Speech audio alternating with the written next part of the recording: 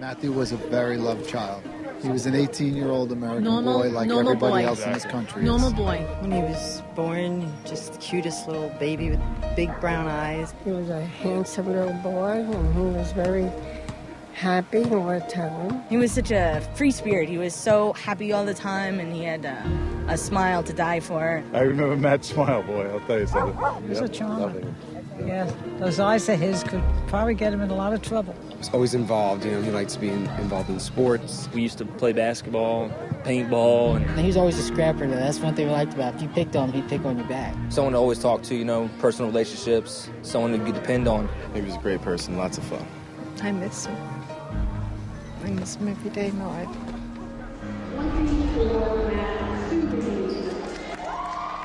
We called him Matthew, we called him Matt. The girls a lot called him Matty, but he was my Matt. And he loved to fool around with the kids and wrestle with the boys, and he and Annie were very, very close because they were the closest in age, and those two, they were like two peas in a pod. But unfortunately, apparently he was having trouble sleeping, and he was having bad dreams and waking up and starting to have like panic attacks. That's when I said to him, Matt, maybe it would be helpful if you talked to somebody outside of the family, would you want to do that? So I made an appointment with him. So we go in there, and she sits down with us, and after no more than 15 minutes of talking with Matthew and asking some questions, she gives us samples of Lexapro. So I said, what about side effects? I said, what should we expect from something like this? And she says, well, they're very well tolerated. And she said, they could have like headache or nausea or maybe some insomnia. So we went home with our sample pack of Lexapro, and at that point, he stopped wanting to talk. He seemed to be withdrawing more. This was weird behavior for him. Well, a lot was happening at this time also, and he was graduating from high school. Of course, the big plan, the kids always, they go to Senior Beach Week. He didn't want to go. He wanted to go visit his brother. And off he went. The day that he was supposed to be coming home, it was around 1 o'clock. I hadn't heard from him yet. He was supposed to call me when he finally left. Later on, I guess it was after I got off work, I called, and he didn't answer. But a little while later, he called me back, and he said, he might have said he was almost to North Carolina. It was about 11:30, and I called. He said, I'm fine, I just passed Roanoke. I woke up at around 2:30, kind of jumped up at the clock, and realized he should have been home an hour. So I called the cell phone and went straight to voicemail. I kept calling and calling. I'm like, Matthew, answer the friggin' phone. I was like so upset. Fell asleep, woke up again. It was about 6 o'clock in the morning. He still wasn't home. I didn't know what to do. I started getting ready for work. Went to work. I could hardly function. I went, told my boss I have to go home. Get in the door, phone's ringing. And there's this man on the other end, and he said, I'm looking for the family of Matthew Stubing. I said, this is his mother. Who's this? And he said, I'm calling about the jumping.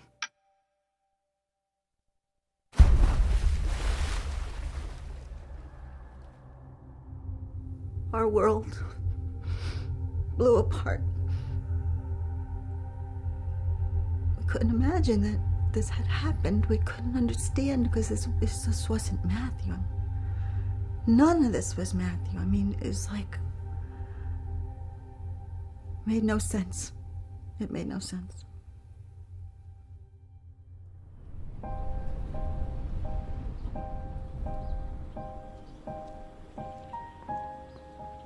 That was the beginning of my story. As a mother, I needed to make sense of what had happened to my child. There were so many questions. What had we missed? The first answer came 6 months after Matthew's death, when my husband found a magazine article that linked psychiatric drugs to suicide. I was horrified. And yet, I knew we had found the answer to the biggest question of all. How could this have happened? The article answered some questions, but made me think of so many more. I had to find out for myself. I had to do something.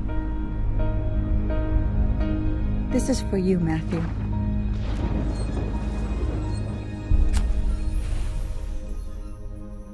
Before, all I had ever heard about psychiatric drugs from the media, at schools, in the doctor's office, was how safe and effective they were. You know, you feel sad and that means you have a chemical imbalance in the brain. Just take a pill and that will help even you out. No problem. But this certainly didn't happen in Matthew's case. Something was wrong with that story, and I needed to find out what. But were there any professionals who could tell me what's really going on? Dr. David Stein, a psychologist who has written many books and articles against the use of psychiatric drugs on children, agreed to talk with me. So I made the 3-hour drive to see him.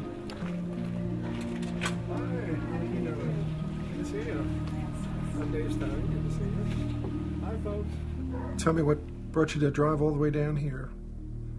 Well, we went to a doctor, a psychologist. Okay. And my son was diagnosed with depression, and we were told that it was caused by a chemical imbalance. Is there such a thing as a chemical imbalance in the brain that can cause psychological problems? No, actually, that's one of the misstatements of disinformation or misinformation that's coming out. And unfortunately, I think your psychologist believes there's a chemical imbalance, and a lot of people do. The psychologists, educators, the psychiatrists certainly accept it, and now pediatricians are accepting it. It is not caused by chemical imbalance. And what makes me angry is so many of the doctors are just buying into that. It's just not true. And there's no test or anything that could have been done to determine that. Am I right? They claim that they found this chemical imbalance or that anatomical problem or anomaly with the brain or nervous system, and yet if you were to send your child to a lab to have the chemical tests done on his blood or urine, they would look at you like you're insane because it can't be done. So what they claim is an imbalance cannot be measured by any laboratory or urine tests or PET scans or CAT scans. None of it can be replicated at the clinical level. And there are about 1,000 claims that come out every year where they think they found the cause of depression or ADD or bipolar disorder.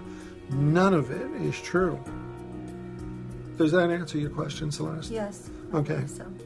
I feel that if I had known better, if I'd had the information in front of me to make a decision, he would never have been on that drug, to be honest. He never would have been on that drug.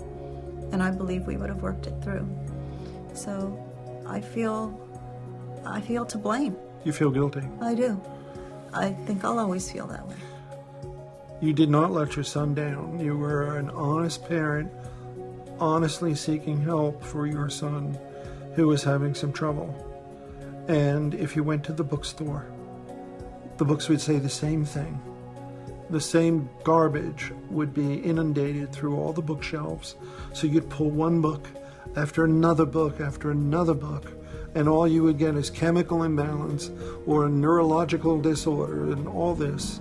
And they need the drugs, and the drugs and therapy, the combination is the way to go. You would have gotten it from everywhere you would have looked, except the very few scholars around the nation and the world that are fighting this. And we're a rare breed.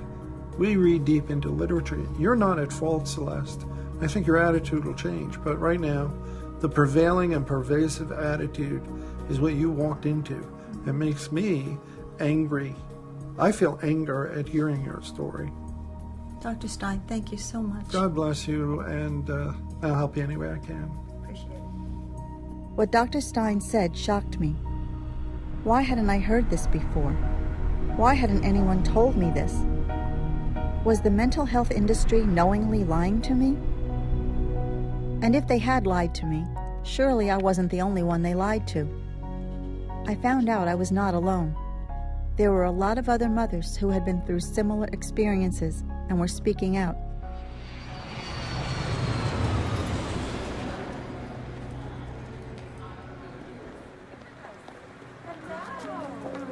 Meeting these women was an opportunity to hear about what had happened to their children and come to terms with what had happened to Matthew. Thank you all very much for being here today. I think this is really important things we have to talk about.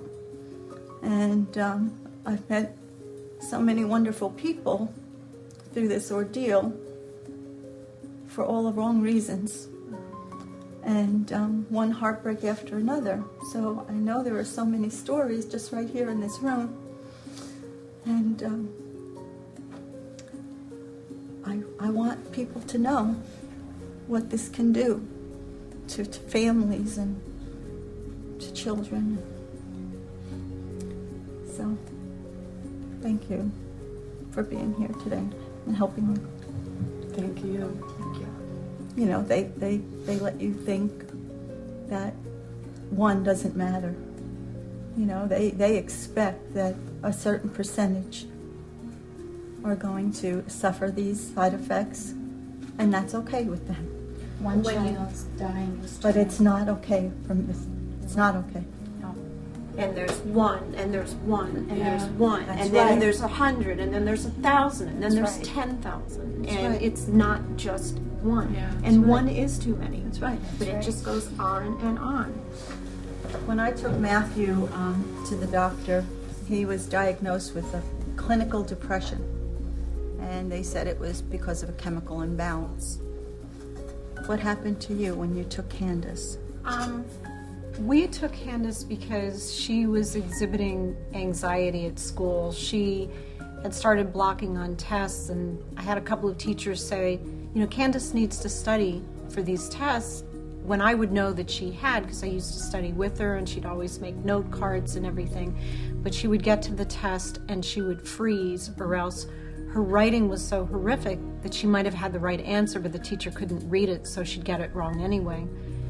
And I took Candace to a highly recommended child psychiatrist, and he talked to her for about 15 minutes and said, well, she has a generalized anxiety disorder.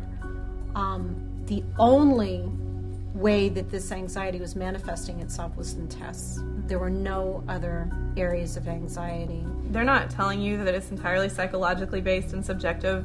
They're just saying, oh, well, based on these symptoms, you have a chemical imbalance. Mm-hmm. And then with a chemical imbalance, it's like, where did they come up with that? What chemicals? Exactly. I love that. Like, where's the test? Don't we get a test? Where are the tests, you know? And you can draw somebody's blood and see if they have cancer. You can, those are real medical diagnoses. If somebody tells you that your child has ADHD, ask them to draw their blood and show you the chemical imbalance causing this. Yeah. And they can't do it because they haven't proven the chemical imbalance that's causing this. It's completely arbitrary and subjective, and it is their opinion that that's what's going on with your child, who you are actually the expert on. They always hide behind, I say they, you know, the psychiatrists and the psychologists, they always hide behind, we're doing this in the best interest of your child, you know? And that's really hard to get around, you know, as a mom. You know, you're out there and you're like, I want to do what's in the best interest of my kid, you know? Playing on the guilt again. Yeah. If you loved your child, you drug them for their own well-being. And you want to do what is right for your child, so you bow to the pressure because you think that they know, because they have an educational history, they've gone to college, they're more powerful, they know. They're the professionals. You know your child better than anybody. Tune them out. You do what your heart tells you. You don't listen to them. These women were strong, knowledgeable, and determined to spread the word that what had happened to their children could happen to anyone's.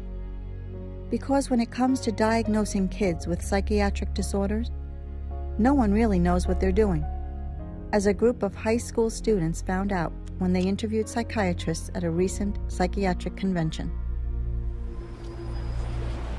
Oh, with all the diagnoses out there, how do you know which one to choose? For a patient? Yeah. The diagnosis? This is a good question. Well, it can be pretty difficult to pick a diagnosis. Psychiatry is not like other fields of medicine, and the diagnoses are sometimes kind of muddy. Yeah, just often pick and mix, so it's not that difficult usually. I pick the psychosis group of diagnosis. We don't always make the perfect diagnosis, but we try to make one and revise it. It's really hard. We're oftentimes wrong half the time. Sometimes we don't need a diagnosis. Oftentimes it's not for us as important what the exact diagnosis is. Diagnosis is based on what is it for. If it's for reimbursement, or if it's to get you off the hook.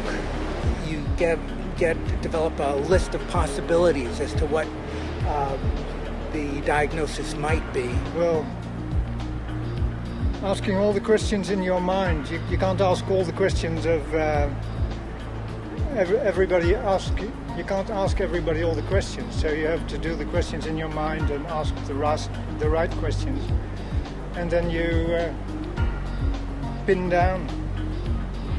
I don't know if that's the right answer. Whatever your answer is, totally fine. Matthew's doctor never informed me about the unscientific nature of her diagnosis or the serious possible consequences of taking the psychiatric drugs to treat it. So I went to see the well-known physician and author, Dr. Doris Rapp, to find out what I should have been told.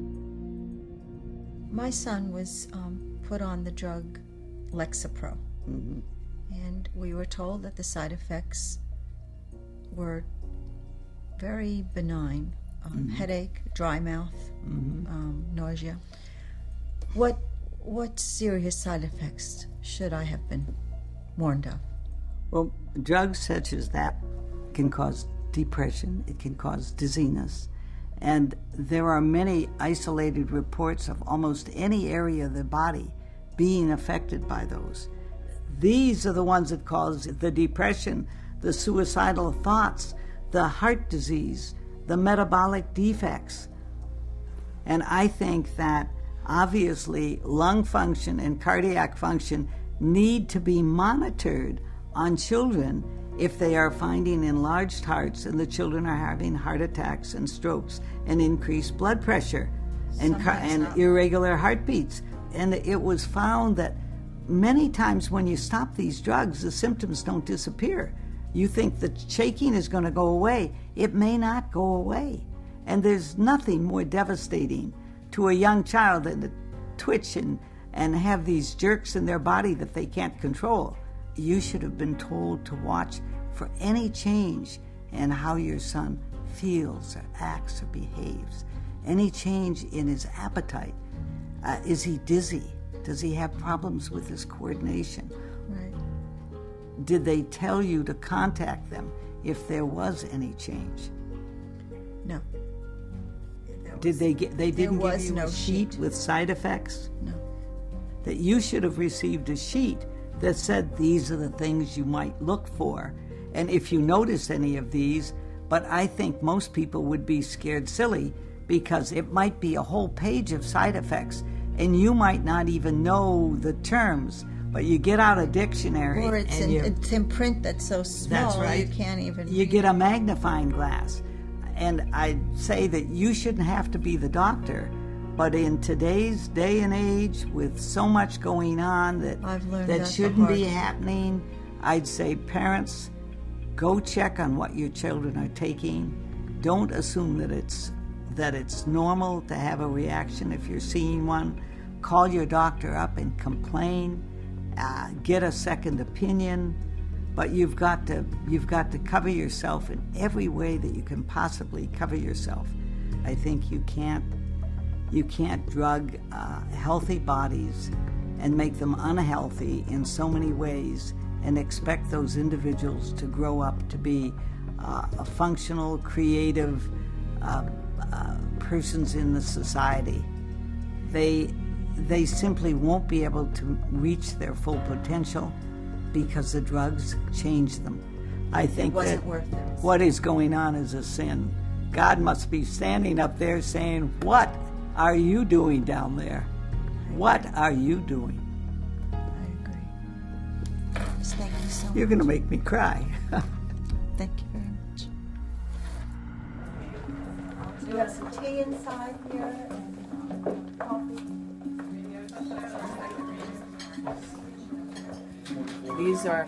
These are dangerous drugs that don't cure anything. And the diagnosis of ADHD is it's just epidemic right now. You know, it's so easy to label a child that way, and then that label follows your child all the way through life. Well, Shana was diagnosed as early as first grade. So the school psychologist sent us a letter and stated that Shana had all the characteristics of ADHD and needed to go to a doctor. So I took the letter from the school psychologist to the psychiatrist with me. 45 minutes later, walked out with a definite diagnosis of ADHD and a prescription in hand. They judged her whole entire life on that subjective checklist and put her on drugs right away. Progressively, she would revert back to where she'd fidget in her seat, and the school would call and say, Shana's not paying attention again, she's out of her seat, you know. Up the dose. Up the dose, up the dose. February 26, 2001, I received a phone call from the school nurse at exactly 10 o'clock and said Shana had taken a fall in library. And immediately I went to school to get her, took her to the doctor. I was only a few feet away from her, signed her name on a clipboard. I turned back, and she's having a grand mal seizure. I picked her up in my arms, and I screamed for the doctor, and the doctor said, Vicki, lay her on the floor. I immediately laid her on the floor, but I kept her head right here, and I kept massaging her head and said, Mommy's right here, Sissy, I'm not going to leave you. And I looked into her deep brown eyes, and the last vision I seen was my daughter dying, and there was nothing that I could do to help her. And I didn't know at the time. Does she know? I didn't know. Did she know that I couldn't help her? What was going through her mind while I'm watching her die? And I have no idea. The answers will never be there. But I keep looking back and thinking, I did what was best, what I thought was best at the time. Even though it turned out to be deadly, and I buried my child, I'm not the blame. A week before Shana died, I took her with agitation, low urinary output, and weight gain, which were 3 red signs. And I took him to the psychiatrist and I said, this is what's happening. And he told me that I was an overprotective, paranoid mother, and what I was seeing were not side effects. And I look back now, and that whole week, she was dying, and we didn't know. And they told us that even if they would have done something different, we still couldn't have saved her. She had too much in her system, and she was dying little by little. So when I say, even if you would have noticed anything, they wouldn't have paid attention. They chose just to ignore me. The psychiatrists, the pharmaceutical industry, they're the people that I need to blame and hold accountable for what happened. And, you know, I look at it now and I just wish I could turn back the hands of time and never put her on the medication, never believed in the professionals, did everything in my life differently, but I can't do that. All I can do is go forth now and talk to people, express the concern, reach my hand out and touch every life and hope it makes a difference. I had no idea that psychiatric drugs could create so many horrible side effects in so many people. An estimated 42,000 deaths every year, whether by homicide, suicide, or overdose, are linked to psychiatric drugs. There was one thing I just didn't understand, though. How could a drug, especially one that was supposed to help, cause a person to take the extreme step of deciding to kill himself or others? Matthew would never have taken his own life. It must have been the drug. But how? I asked this of Pamela Seefeld, a pharmacist and an expert on the adverse effects of psychiatric drugs on the human body. It's very nice to meet you. Yes. Thank you for taking the time to speak with me. My son was only on the one, but he started off at one dose and did not do well. And it was after that his demeanor really started to change. He became very anxious, very withdrawn, more withdrawn than he had been, because at least before that he was still talking to us. And within 9 weeks of starting the medication, Matthew was gone. The symptoms that you're describing, the description of these symptoms, it's very classic of drug-induced psychosis, because he couldn't metabolize it. You have to understand, it wasn't his depression that got him. It was the medicine at a toxic level in his brain that made him psychotic. And that's what it comes down to. I'm telling you, the drug metabolism issues are killing a lot of people. If they're only offering you medicines, and the medicines have this possibility of causing psychosis, that's what's really happening. The person's drug level gets toxic in the brain.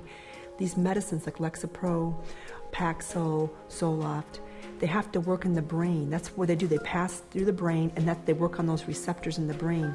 If you think about it, if you have a normal dose of a drug and people don't do really well with it, if the increase in the concentration is 5 times, think about what that does to the person. 5 times the normal amount of drug in the brain. People always become psychotic on it, and they call it drug-induced psychosis. Well, I feel very strongly that's what happened to my son. I'm sure of it. When your son was given those medicines, he can't metabolize those. He had a toxic level in the bloodstream and in his brain, and as a result of that, he took his life. And what has happened is that they're not looking at the real facts. The drugs are very dangerous. And they know. Yeah. Oh, yes. They know that this is happening. And nothing's being done. Let me tell you that. No. Nothing's being done. And so, if I can bring you a science reason, it's not obscure like drugs are bad, medicines are bad. It's not that. I'm telling you, there's science behind what we're discussing here. And I'm just really glad I could be the pharmacist to tell you what's really happening. I want to share this with a lot of people. And I appreciate it so much. Thank you. Thank you.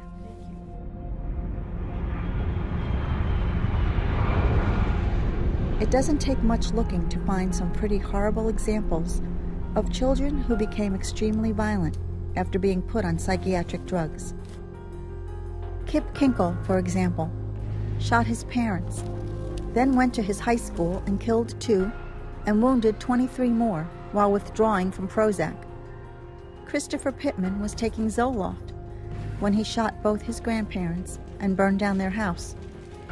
And Eric Harris, who killed 13 people at Columbine, then committed suicide, was on Luvox. 9 of the last 13 school shooters were either on or withdrawing from psychiatric drugs. And the medical records of the others are sealed, so we may never find out the truth. But instead of warning us, psychiatrists and drug companies are playing down the most serious side effects and ignoring the rest.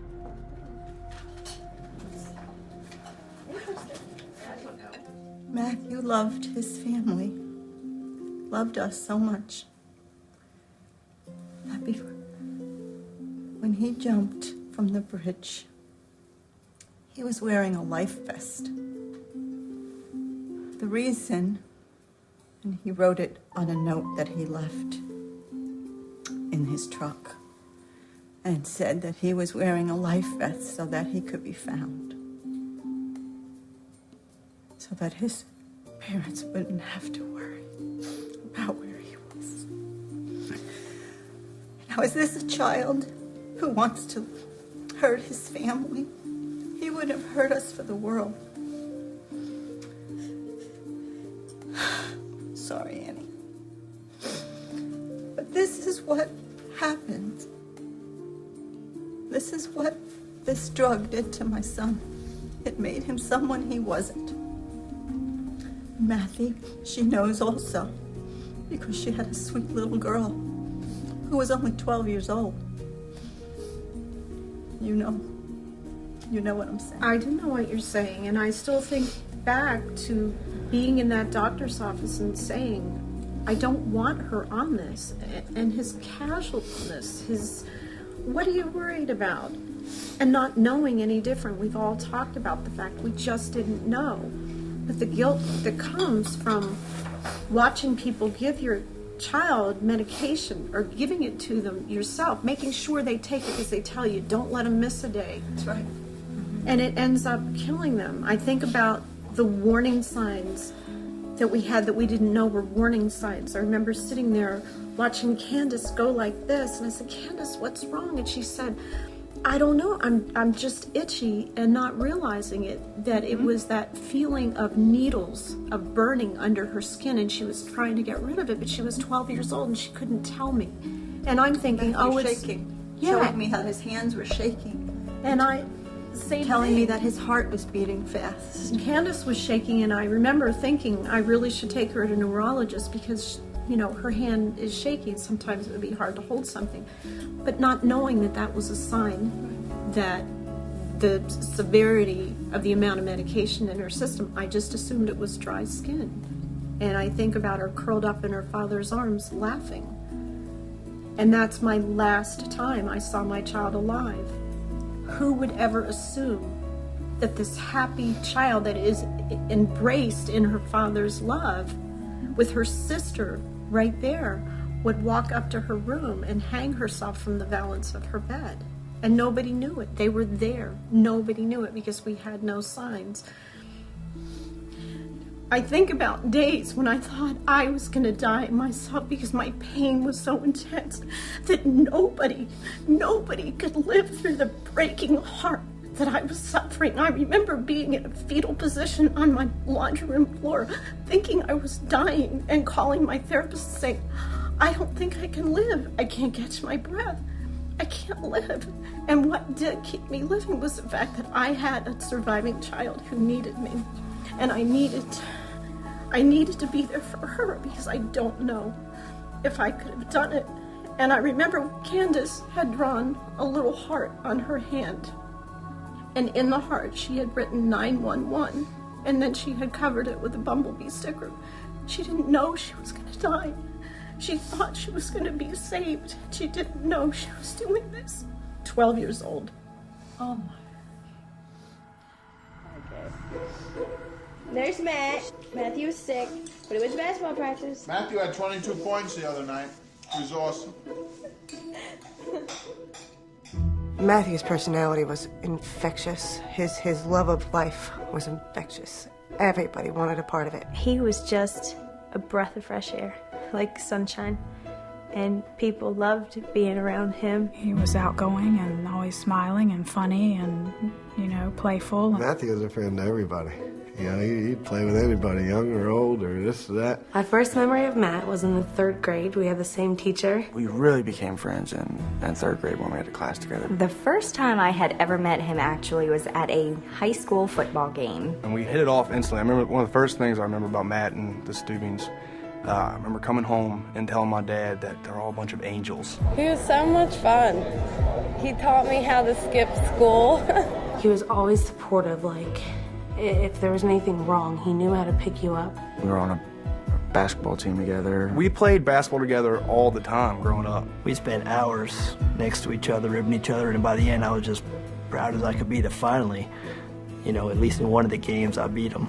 I mean, it was very easy to stand on the side and just grin ear to ear because the kid was absolutely cool.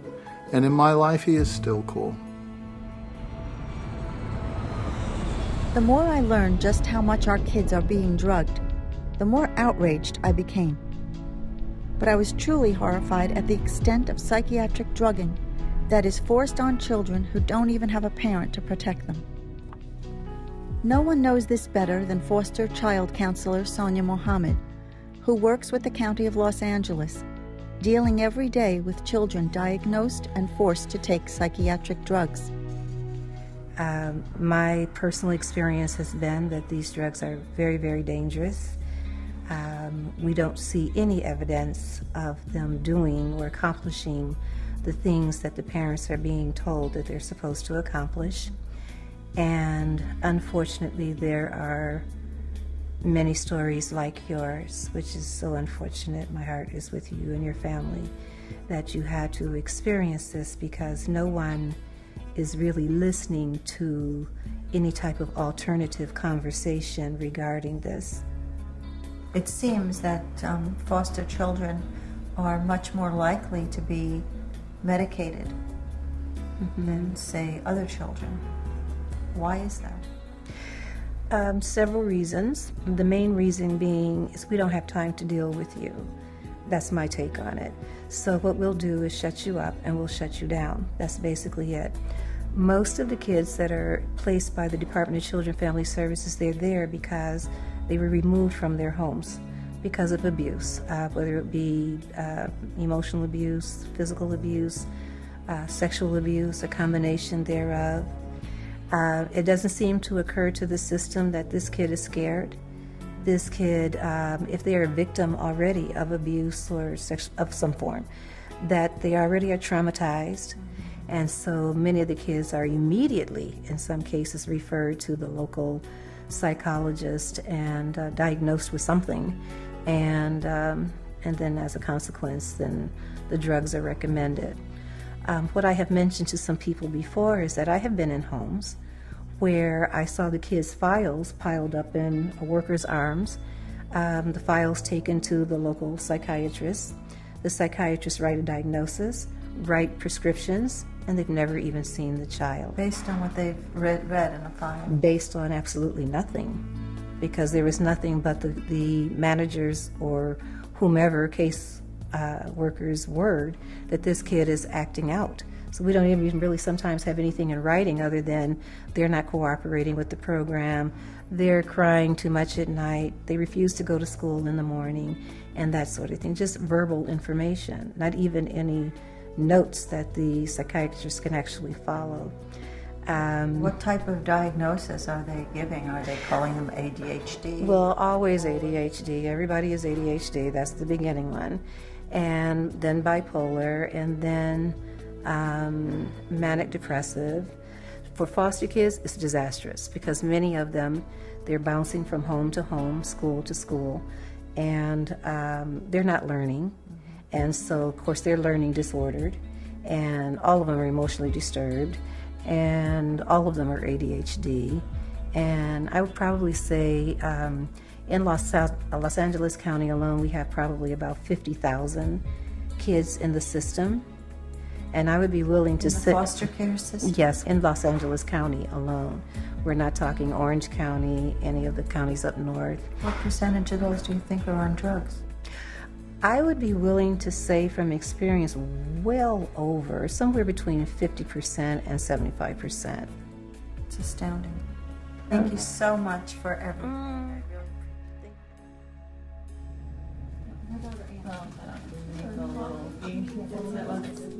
Our children came from loving homes, and we've still experienced these problems, but as far as foster care children go, you know, they've all had issues and reasons that they've been taken from their homes, and I understand that they are automatically put on drugs. Certainly they have to go through psychiatric evaluations, so you know, you have experience with that. Right, yeah. Actually, I remember seeing a study that children in foster care are 3 times more likely to be on a psychiatric medication than other children who were on Medicaid. The foster parents don't know. They don't know. When you go into the foster classes, they're told that medication is the answer. When your child is having these issues, get them in. Get them in. Those are the exact words. Get them in fast so that you can get their medication adjusted. And then the issues continue, or the child just kind of goes numb. Or the children die. Like or the children die. In Florida. When I got my little boy, he was on 8 50-milligram pills a day of Seroquel, the antipsychotic, which for a child under 50 pounds is really incredible. That was on top of his ADHD medication. He was so drugged and so violent, I was actually afraid of him, and we would hide our knives at night, our kitchen knives. When we'd go to bed as a family, because we were afraid that he would get up in the night and harm someone. he became so bad that he actually, in one of his foster homes, slaughtered their family pets with a kitchen knife. The foster mother came home, and she sees this, and she thought a burglar had gotten into the house. She was just distraught. Oh my gosh, who could have done this? It never even crossed her mind that the preschooler did it. And she figured it out, that it was him. He had gotten so violent on these medications that he had killed her little family pets. It was decided that he should go to the state hospital, and I left there, and I decided that I would try. And they said I had 2 weeks to turn him around. And then the state hospital was still there if I couldn't do anything. And so I brought him into my home, and the first thing we did is tons of nutrition, food in its most natural form, tons of raw food, tons of whole grains. That's what we did. Lots of real nutrition. And then we started taking him off of his medications. And he turned around so much that I became known in the caseworker's office as the miracle worker. He just made such a turnaround, and today he's just incredible. He skipped a grade, and he's still tops out, nationally. He tests out so high in even the grade that he's in. Plays a couple instruments. He's fabulous at school. This is an exceptional child. He's not showing violence toward his sister or your family pets? Oh, no. He's very sweet with all of our pets. We have 5 dogs, 3 cats, and he's wonderful. And it's just incredible to me how many children out there are in his exact shoes and will never... There aren't enough people like you to care. And the doctor can just blame it on trauma. Or, if a child commits suicide so often, it's just, we didn't get to them soon enough. That's what it is. We didn't get to them soon enough. Because that takes the blame off of them completely. Or like my son's psychiatrist said when her patient shot himself, where'd he get a gun? No, looking introspectively, where'd he get the will? So it's just somebody else's fault. It's never the medications that I prescribed. Or like it was an everyday occurrence, and I was just sitting there flabbergasted and thinking to myself when she said, when she was finally, it said that he was okay to come off all his medications, and with his Seroquel, she said, wow, I am just so glad to see that he can still imagine and play, because so many children who are on this medication for any length of time lose that ability to play anymore. And I was just shocked and thought, how do you sleep at night? I can't imagine taking somebody's creative ability from them. What could possibly be worse than making somebody into someone who they're permanently like a zombie? Yes, they're a permanent zombie. What could be worse than that? Tell me a disease that you would rather have than that. The situation with foster care is truly horrible. As I soon found out, not only are thousands of children drugged every year, but sometimes the results are fatal. I flew to Florida to meet with Michael Friedland, an attorney who represents foster kids damaged by psychiatric drugs, including 16-year-old Emilio Villamar. Good morning, Celeste. Very nice to meet you. I'm glad you're able to make it. Michael. Thank you. Thank you for having me here. My pleasure. How common is the use of psychiatric drugs in the foster care system? The drugging of children in foster care, I understand, is a way too common occurrence because it's a simple fix. Foster mom or foster dad or social worker says we have a child who won't sleep through the night, or a child who's waking up with night terrors, or a child who's misbehaving or redirecting their frustration on other childs, or using their hands to hurt, not help. And instead of sitting down and working with that child and taking the time to say, what's causing them to act out? No, we're not going to worry about that. We have a fix. Give them this pill. They're using these poor children who are coming from incredibly difficult environments as guinea pigs. With no one to protect them. With absolutely no one to protect them. And that's why they prey on them. Because there's not a mom or dad there that can say, hey, no, I'm not going to let you test this untested, unproven drug on my child. So let's test it on children that don't have someone to be their voice. Oh my goodness. You represent the mother of Emilio Villamar. Can you tell us something about his story? Just like your son, Emilio was a vibrant 16-year-old boy, played water polo, excelled at school, had lots of friends, came from a great family. Everything was wonderful in his life. And he had a bad situation in school one day. And Mom got worried because he wasn't acting like himself. And Mom, being a very concerned mom, took him to see a doctor.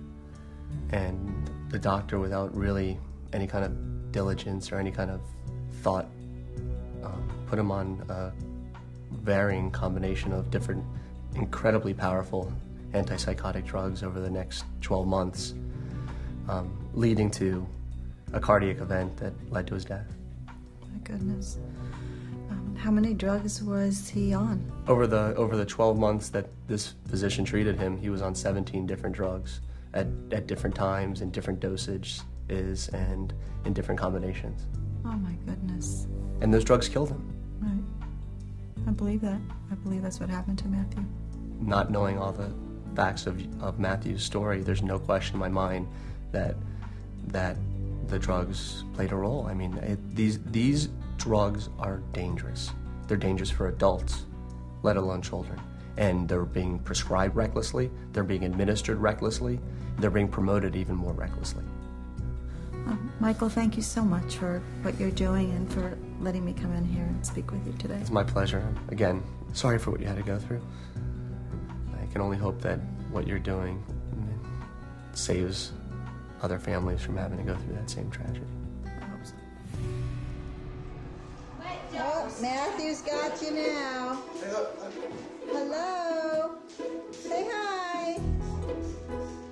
When he started taking that medication, it was like something dark came over him. There was definitely a difference within a month there of kind of just a huge wall went up. He wasn't really talking a lot, kind of tight-lipped. Just becoming more detached. He became more isolated, wasn't at school a whole lot. He was skipping school a lot more. He was losing a lot of weight. He's spending way too much time downstairs in the basement, watching TV, and doesn't want to do anything. We had come up to the door and asked him if he wanted to go to a movie or go out to lunch or do something to get out of the house, and he was very short.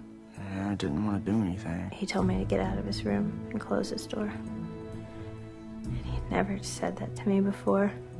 But it's like he wasn't comfortable in his own skin. It was like he had 50 cups of coffee and he was starting to get spooked about who's here and am I safe and all of these things that were almost like playing mind games on him, if you will. He just didn't feel like he was in his right mind anymore. He didn't understand what was happening. He thought this medication was supposed to be helping him. And I remember recognizing the look on his face as, it's hard to describe, that nothing is okay.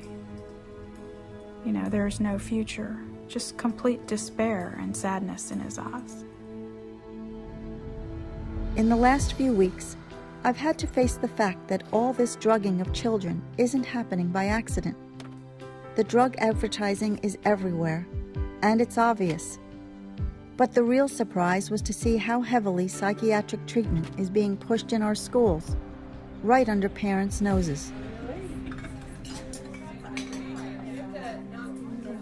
This wasn't the case for Matthew, obviously, but I do know that they are starting to screen children in school for mental problems or things that they perceive to be mental problems anyway. Sheila, you have experience with that, don't you? My son was 7, and he was in school, and I was getting a lot of phone calls from the school about his behavior. So they did this checklist on him, and I didn't know anything about this checklist, but I took it home and I had to fill it out, and it was all on his behaviors. Does your son get sad? Does your son, just simple little questions that any child would do. Any child would do. So based on that checklist that I filled out on my son, and they filled out, they diagnosed him off of a checklist that he had ADHD. And I was devastated. I was like, oh my God, what does this mean? My son's mentally ill, you know? He's only 7, you know? And you had no experience with that beforehand, right? No. My son was, you know, very talkative. He started talking at 10 months, and he was all personality. And I could remember sending him off for the first day of school. I have the pictures. He was so excited to go to school. But then all of a sudden, when they got him on this behavioral chart, he hated going to school. And he came home and he was upset, and he just didn't like school. He hated it. And at 7 years old, to hate school, that's a crime, actually. And then they said, you know, you really need to try him on ADHD medication. And I was like, I don't want to do that, you know, I'm not doing it. You know, the bottom line is I had no idea how subjective that checklist was. If I had known, if somebody had said, this is just our opinion, you know, it's not really a medical diagnosis, I never would have filled it out on my own son at 7. Do the parents know that this is being done in the school? Do they have to give permission for their child to be screened? Or are they automatically being screened? The way they do it where I live is really pretty backhanded. What they do is they come in and talk to kids in high school. So, are you feeling kind of anxious? Right. Have you broken up with a boyfriend and it's made you sad? Why don't you take this screening and we'll see what the underlying problem. They're teenagers. So the kids have to bring a form home. It does have to be signed by the parent. But the parents say, okay, honey, if it would make you feel better, go ahead and have it done. I had a friend whose daughter went through this. The screening gave her a diagnosis. Now, this is from a computer check-the-box screening. Gave her a diagnosis of depression. So then she took home a paper. Look, Mom and Dad, I'm depressed. And they said, no, you're not depressed. So then they took her to another doctor who then thoroughly evaluated her and said, oh, she's not depressed, she has ADHD.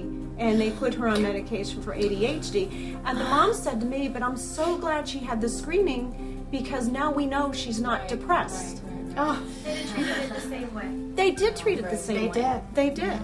What they do in my son's school is they do pretzel breaks. They come in, the school psychologist comes into the classroom and we're going to talk about how you feel. And it could be in science. It could be in math. It could be in any class. So you have a captive audience. Your child is just there and has no ability to say, I want to opt out of this, you know. And then they give out pretzels to the class and there's like, how are you doing? How's things are going at home? Have you ever felt like killing yourself? Have you ever? And all of a sudden they're in the classrooms in math and science, and that's what I have found in my school. And you know, the bottom line is it's like they're taking a big net and they're just gathering up the children with these questionnaires. And then when they get the kids in there, they drug them. And that's not the kind of society we want to build. I couldn't believe this was happening, and in our own schools. From a single 10-minute multiple-choice computer test, they can judge you at risk for suicide and send you to a psychiatrist. And one well-known study said that 91% of all children going to a child psychiatrist leave with a prescription. The only problem is, the psychiatrist who wrote the questionnaire for the largest children's mental health screening program in the country has admitted that 84% of the time the test is wrong. But by then, the damage is done, as I learned from educator Kathy Brown. Hi, Kathy. Hi, Celeste. Thank you so much for having me here today. Oh, you're very welcome. Appreciate it. I don't understand how, you know, these young children, especially that are being put on for ADHD and bipolar and whatever else they're being, you know, labeled with. How do these children learn? How can they function in school? My observation is that they just don't. They can't. Basically, what I see is they can't concentrate, and they, as you said, fall asleep. They have stomach upsets. They have, you know, out of the maybe 300 side effects on one of those drugs, they'll have 4 or 5. it makes it difficult to study. It makes it difficult to study if you can't sleep. It just frightens me and makes me wonder what's going to happen to the next generation. What's happening to these children that are all being drugged right now? Where's our society going with this? That is an excellent observation, because the children who are active, curious, interested children are the ones who are most likely to act out in school. The very brightest get bored. You know, they finish and everybody else is still working on something and now they have nothing to do. So, they look around. What can I do? Who can I talk to? You know? Albert Einstein, if he were a child now, he was extremely bright, as everybody knows Einstein. He had difficulties with learning the way that teachers taught. His mother took him out of school and homeschooled him. Didn't they actually think he was retarded for a while? Or? They did. That's exactly right. If he were in school now, he would be drugged. We are taking our brightest children and drugging them. I mean, that, to me, it's appalling and it's frightening. It is. Where's it going to stop? I don't see it stopping unless we do something about the drugging of these kids. If somebody had come in from some other country and said, I'd like to have all of your brightest children, please. I'd like to put them all on drugs, and we'll make it more difficult for them to learn, and we'll make it so that, you know, they're not so interested in things, and we'll make it so that they have difficulty sleeping, what would we have said? You know, we would have said, get out of here. But instead, we're doing it ourselves. And it's very, very sad. Well, it's frightening to think what we have to look forward to right now. It is, so we just need to do something about it. What Kathy told me about Albert Einstein made me curious. She was right. Einstein was very quiet, didn't do well in school, and didn't even speak his own language fluently until he was 9. His parents thought there might be something mentally wrong, but they didn't do anything to him. And look how he turned out. Now we're told that famous people like Winston Churchill, Abraham Lincoln, Sir Isaac Newton, Mozart and Beethoven had mental disorders. What if they had been drugged like Matthew? 8 million young people are currently on some type of ADHD medication, which experts say is chemically very similar to cocaine, comes with some pretty scary side effects, and is very addictive. Makes you wonder how many geniuses are being destroyed every day. This is Matthew's School of Fitness. He's going to pump me up. Run in place. Ready? Throw some jabs in there. Yo!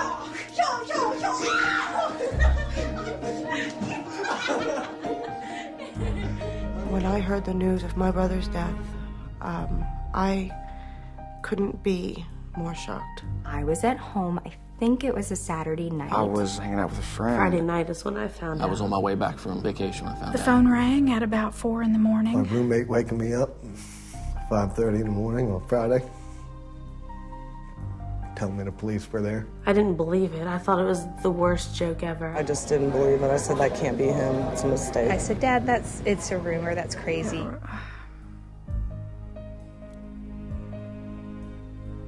It made me speechless. It was one of the worst days of my life. I never imagined Matt would commit suicide. He did not want to end his life. He loved life. He had a good life. We all knew Matthew wasn't capable of this.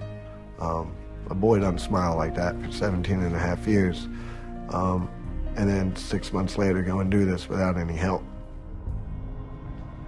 In just these past few months, I have found that we are in the middle of an epidemic of the psychiatric drugging of our children. Across the world, there are 20 million children on some type of psychiatric drug. 20 million. And as shocking as it might seem, psychiatrists at a recent conference even admitted that they are diagnosing children at younger and younger ages. From your personal experience, what's the earliest age that you could diagnose a child with a mental disorder? It depends. Some disorders start in early childhood, some in adolescence, some in adulthood. It's a very, very complicated question. Earliest isn't really a criterion. End of junior school, going towards high school. 13, 14. Probably 6 and over. 6 and 7. The age of 6. 5 or 6, age 5. 5 years? 3, 4, 5, 6 years of age. Probably 4 or 5. 4 or 5. 4 or 5. When you look at a kid who's 4 years old and trying to diagnose him with ADD, how can you tell it's not just because they're 4 years old? 4 years, 3 years. Very early. 2, 3, 4. 2 or 3 years. The age of 2 or 3.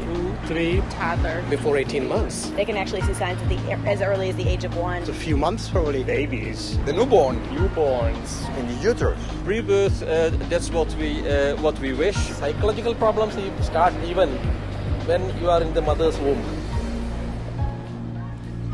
It's disgusting that anyone would even think of giving a mind-altering drug to a young child with a developing brain.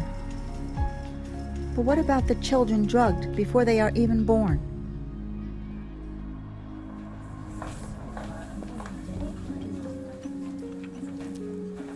Another way that we're being drugged is through pregnant women. If they were to go in and have any type of, problem with their mood, as if any pregnant woman doesn't, they're putting them on these drugs. And Kristen, you've had firsthand experience with this and a terrible tragedy as well. Right. I had been on antidepressants for 8 years, and so I have had 2 pregnancies on antidepressants. And so when we wanted to get pregnant with Indy, I asked my new physician if that is something that he recommends, is that I get back onto Zoloft, because I was on Effexor. In fact, I was on 300 milligrams of the XR every day, and he recommended that I stay on it, that there was no testing to show that there was any problems, that it doesn't get to the baby, that I would be fine. And so I took that as, you know what you're talking about, and I decided to stay on it. And then went into labor 2 months early. They stopped the labor. The doctor came over and said, and was shocked that my OB hadn't said that Effexor was dangerous during pregnancy.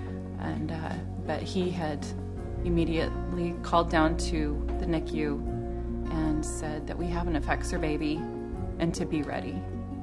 And they were there. That must have terrified you. It did terrify me because I didn't know what we were up against at this point, but it was too late. It was too late. It was happening. And so when she was born, she wasn't breathing. And she wasn't she wasn't responding to anything.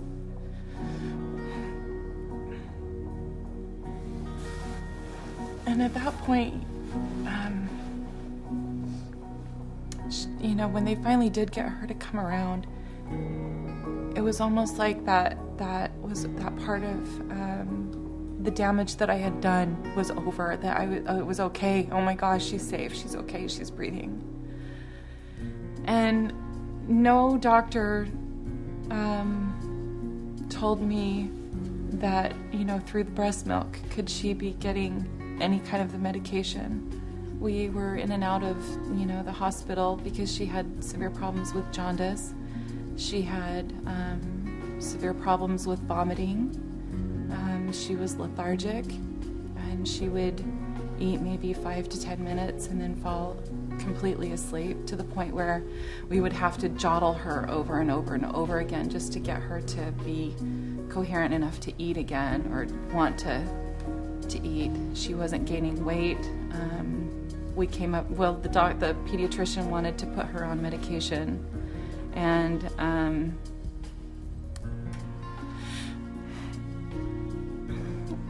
I told him no because she was a baby. And in the whole time I was giving her medication through the breast milk, and And okay with that. She didn't even have a voice. She couldn't tell me that anything was wrong. I should have seen. And I should have put it together, but I didn't. But that wasn't your role. That was the role of the doctors, and there were plenty of them around to be able to tell you that this could affect your baby. Well, and you think about it. You don't drink, you don't smoke, you don't, drink caffeine. You watch what, you take good vitamins. Why would you drug yourself? It goes right to the baby. And that just didn't... It's called a medicine. It's a medicine. They call it a medicine, so it seems like a good thing. You're supposed to. It's going to do nothing but good for you. And that's not what it does. It's as bad as all those other things or worse. Well, that's what I've said to my, to some people is, what's the difference between going to the guy on the corner selling heroin and going to my doctor? Because it's going to do the same thing.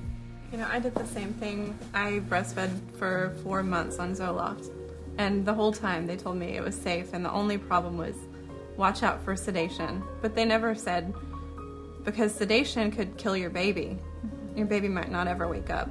No child should be lost that way, and especially with breast milk, mixing all these drugs in it is just a recipe for death. It really is. If you think about it, you wouldn't go to the store and buy a bottle or a can of formula that says, with Zoloft, feed this to your baby. You wouldn't. Nope. Yeah, so I think of, and what I think of is all those babies that have been, claimed SIDS. How many of those mothers have been on medications and just don't know any better? I know they're out there. Of course they are. Of course they are. And there'll be more. There'll be a lot more, unless they are informed. It's hard to think of a story sadder than Christian's. And what's even more outrageous is that pregnant women are increasingly being targeted by screening campaigns that can get them onto psychiatric drugs. 1 in 6 pregnant women today is diagnosed with a depressive disorder, and most are put on antidepressants, which means over 500,000 babies every year, born and unborn, are exposed to chemical toxins. And now, psychiatric researchers are trying ultrasound to supposedly diagnose bipolar disorder in babies still in their mother's womb. The problem with drugging pregnant mothers with antidepressants like Paxil is it dramatically increases the risk of preterm delivery and doubles the chance of birth defects, such as heart malformations. If I hadn't seen for myself what was going on, I would never have believed it. Psychiatric drugs are obviously not the answer, and yet they are practically everywhere. But if drugs aren't the solution, what is? After all, Matthew was having trouble. His problems were very real. What should I have done for him? For this, I flew to Minnesota to ask Dr. Gary Coles, a medical doctor and an authority on the dangers of psychiatric drugs. Dr. Coles, if I had brought my son Matthew to you, what would you have done? Well, he surely would never have been on a drug. I would have spent an hour and a half with him at first to try to find out what the root causes were.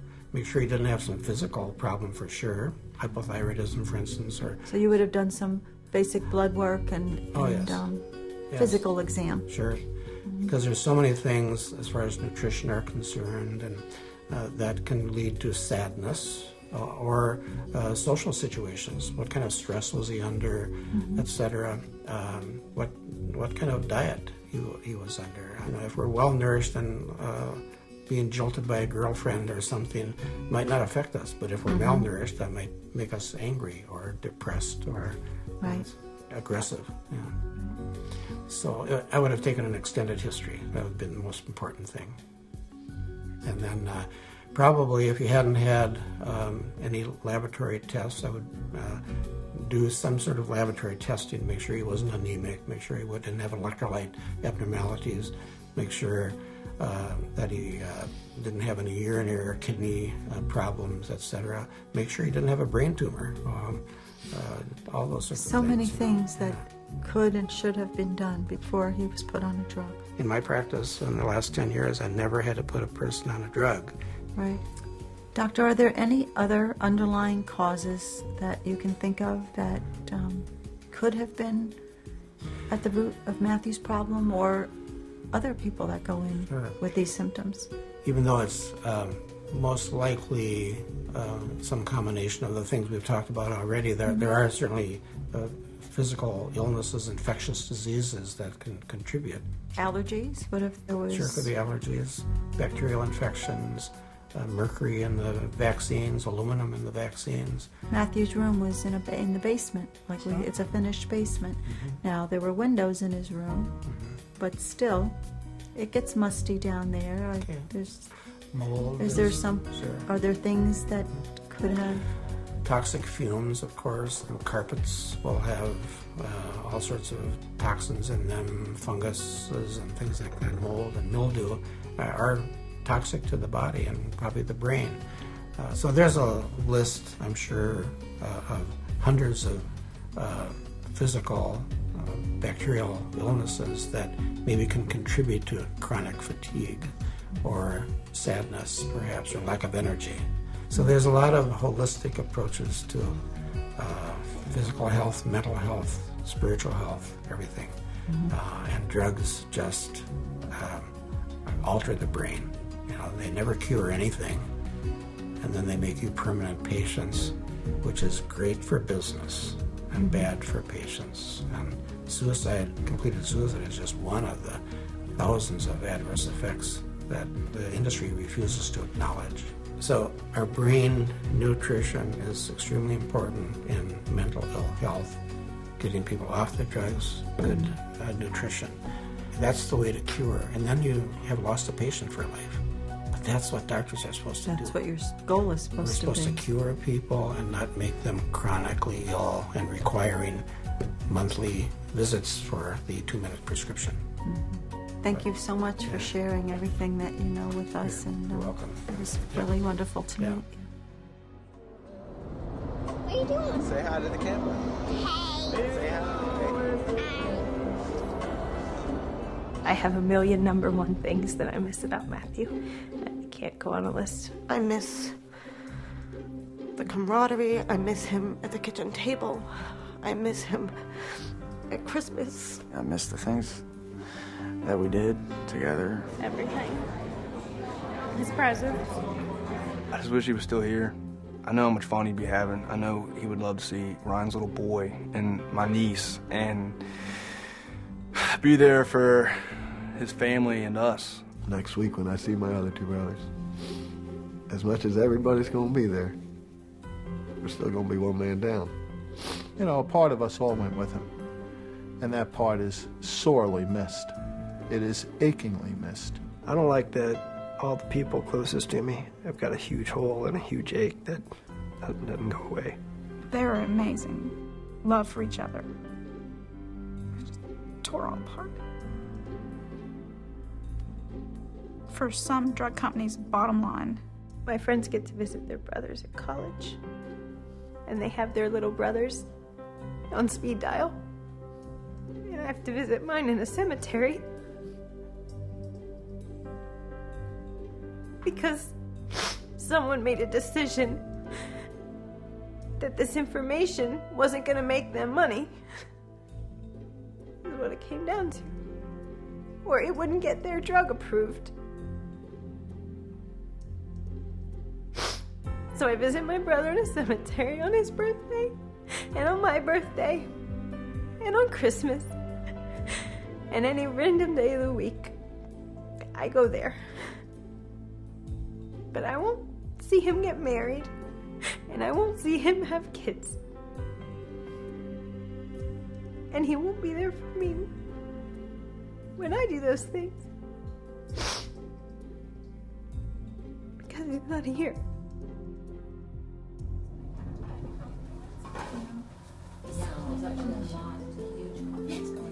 We've talked a lot about the devastating side effects and of these psychotropic drugs, what they've done to us and to our families, and how we've had to live with the effects of them.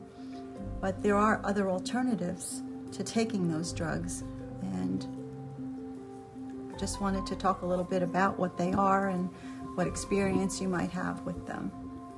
Sheila, you didn't put your son on drugs. You elected not to do that.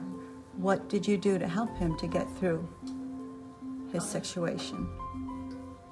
I did tutoring, and basically I took my son there twice a week, and they worked on educational issues such as sequencing.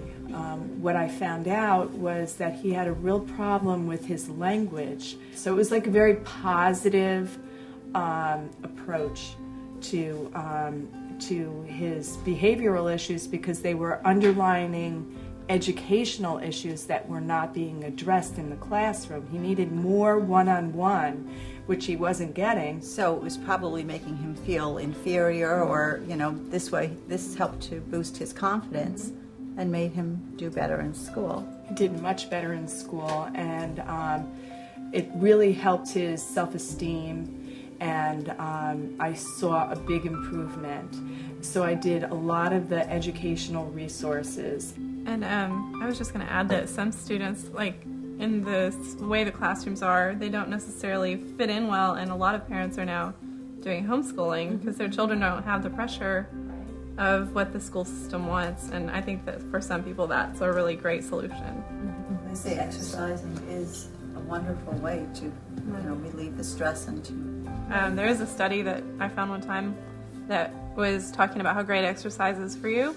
And when I looked into the study, I found out that they had a group with medication and a group with exercise and medication, and then just an exercise group. The exercise groups did the best, but it's promoted as though they're equal. Right. And it's very deceptive because they're not equal. The exercise worked in the study and the medication did not. It made them worse. Why not take the kid out onto the playground and let them play for 5 minutes? This may be a child who is just wired to need a little bit more physical activity, like your daughter. Let him with a ball or climb on the monkey bars. Let him go do that for 5 minutes and then return to the learning activity. It doesn't have to be a fight to make our children learn, for our children to function in everyday society. If that's what that child needs, then let's find a way to give it to them. Let everybody be right so that we can all function here. So there's so much we can do. It's nutrition, it's exercise, it's stuff that our grandparents would have used. True, because that's what I did with my son. Started putting a lot of vitamins, all the B vitamins and nothing else. No medication, nothing. And he heals so fast, unbelievable. Well, that's another thing. You know, we need to look at blood tests. We need to check for, like you said, medical reasons first. We need to look at what alternatives we can use and not go with medication. There's so many things we can do. We brought up so many points here, and none of them involving medication. Matthew's got the ball. Go get in! He's going to take him to the hole. He's going to smoke him. Come on! And the crowd goes wild! And Little Stu buries his brother, 22-20! He was my little brother.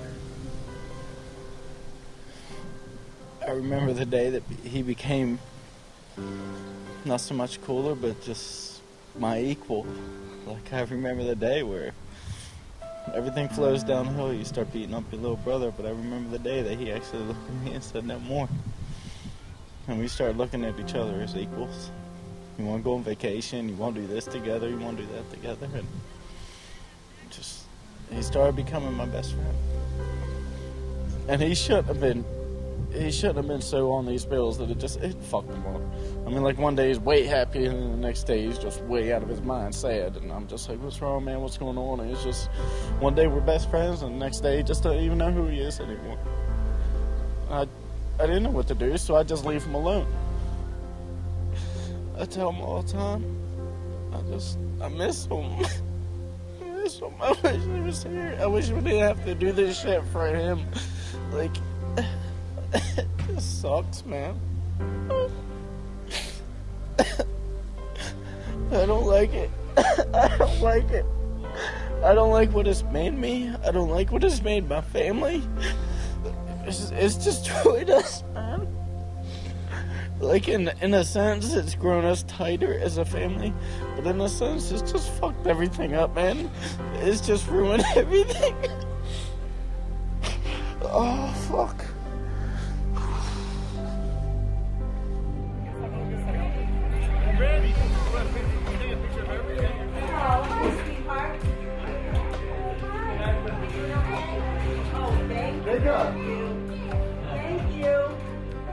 Every April 25th, we get together to celebrate Matthew's birthday.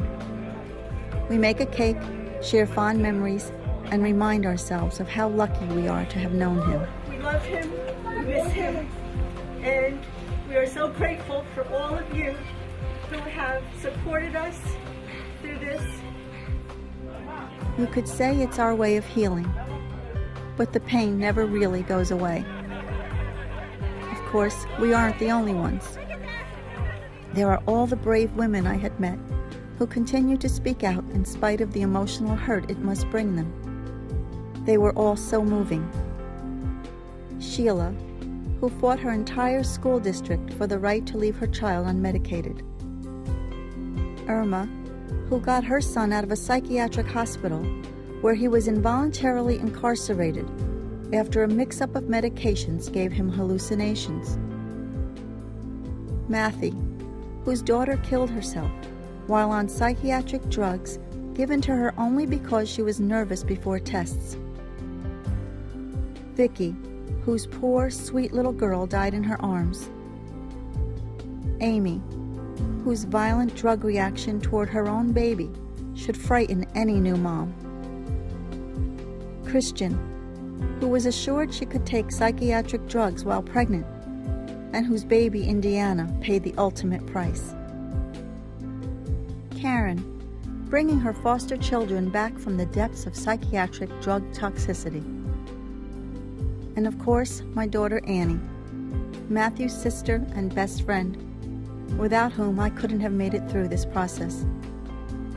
These are my friends, and if there's one lesson I have learned from them, it's that as parents, we are the last line of defense for our children. Because when something goes wrong, the mental health professionals are never around to pick up the pieces. Our children need us, and yet, in a strange sort of way, we need them even more. All of us have one thing in common, and that's that we love our children. What's so great about your kids? What do you love about them the most? I love that they're unconditional. They unconditionally love. Doesn't matter if I have a bad day or a good day, they're always there to make everything better. They're so innocent. They come to you, they hug you, they kiss you, no matter what's going on around the world. And as a parent, that's the most beautiful thing we can receive, a hug from our children. I think they're trusting. They trust you. They're innocent. And they think you hung the moon, I don't know. Yeah. Until someday it turns around and it's actually they that hung the moon. My niece and my nephews are the most fun, and it's like they make you feel alive more than you feel on your own, more than you feel when you're with a bunch of adults. They bring out the kid in you all over again, and you can laugh with kids and have fun with kids. I like how they're never worried about anything. They're just always laughing and playing. And I hope they get a little bit older, because I don't know how many times I've said to Caroline, honey, just breathe. My kids are my reason for living. And I thank God every day for Caroline, because she was the driving force to help me move forward, and for teaching me to be strong. Because if I needed Caroline to be strong, I had to be that example of strength for her. It's the way with my sons too. They gave me the strength to be a better person, be a better parent, and to, just the smiles. I think our children come and they have lessons to teach us, and I'm such a different person now than I was before. They teach us a lot of good values in life. I kept thinking back to my children and what the other mothers had said about theirs, their smiles, their imagination and creativity, and their boundless energy. My name is Tyler Milford, and I am 11. My age is 7 years old. Actually, just make that 7.5. I'm 8 years old, and I want to be a chef at a 5-star restaurant. I'm going to be an orthopedic surgeon. When I grow up, I want to be a geologist. I would like to become a professional basketball player. Professional clothes designer. I want to be a musician, a actress, Director. a teacher, dancer, and a singer. I'd go for speed skating if I wanted to. I'm really good. I just want to keep practicing and practicing until I know I'm perfect at it and then do something big. Yes, I plan to get an Oscar. I was hoping that it would be like the funnest thing that I would do in my life. Losing a child is the worst thing that could ever happen to a parent. Children are not just another market segment for psychiatry. They need protection, they need guidance, they need love. They don't need psychiatric drugs. And I'm going to tell that to as many people as I can.